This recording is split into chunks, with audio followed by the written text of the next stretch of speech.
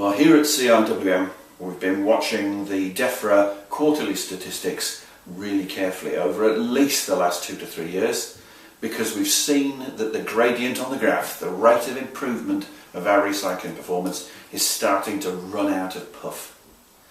Now that's kind of inevitable, because the first percentage increase that anybody makes on their recycling is relatively easy, the low-hanging fruit, or whatever you want to call it. As your performance starts to get better, each individual percentage improvement on that performance gets harder and harder. You've really got to start plugging at it. And we've warned that we think England is going to start flatlining, i.e. no rate of increase. And actually now we're warning that with what we can see in the future, it's quite possible that England's reported recycling performance could start going backwards. Now that's really important. Firstly, because you've got to burrow into the reasons. Why is this happening? And there are all sorts of reasons. It's a bit like a GCSE question. What do you think were the root causes of World War I? What do you think are the root causes of us losing steam power over our recycling performance? All sorts of things, but particularly at the bottom of this is local authorities are under budgetary pressure.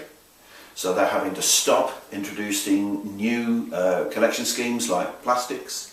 Some of them are cutting back on their food waste collections. Some of them are cutting back on the opening hours of their household recycling sites. All of these things add up to a diminished service and obviously a diminished amount of high quality material going through the service.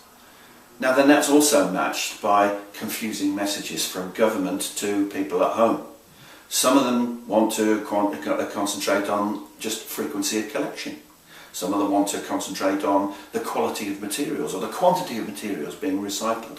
CIWM says it's all of that. And what we want to see is a coordinated approach from government. We want to see leadership, and we want to see a loud voice calling for us and what we're trying to achieve at the highest possible level in government. If we don't have that, we believe the hitting the 2020 target is going to be pretty tough. Government in Wales is blessed with two good things. First is that they started off with a real big picture, a vision of a more sustainable Wales, and all sorts of things, including the waste and resources and recycling strategies and plans, plug into that. They're all part of that bigger picture. It's great. I'm a big fan of big picture thinking, and it's definitely there in Welsh Government. Second thing that they've got right is that in the pursuit of that bigger picture, they've been prepared to work with local authorities and their communities to make sure that they've got the services, they've got the communications, they've got the buy-in from the public, they've got everything pointing in the right direction to allow them to hit that sort of target. And guess what's happening to their trajectory? It's upwards and upwards. Defying gravity, if you like, compared to what we can see in England. If we had that coherence in English government, I think we'd see an improvement in performance.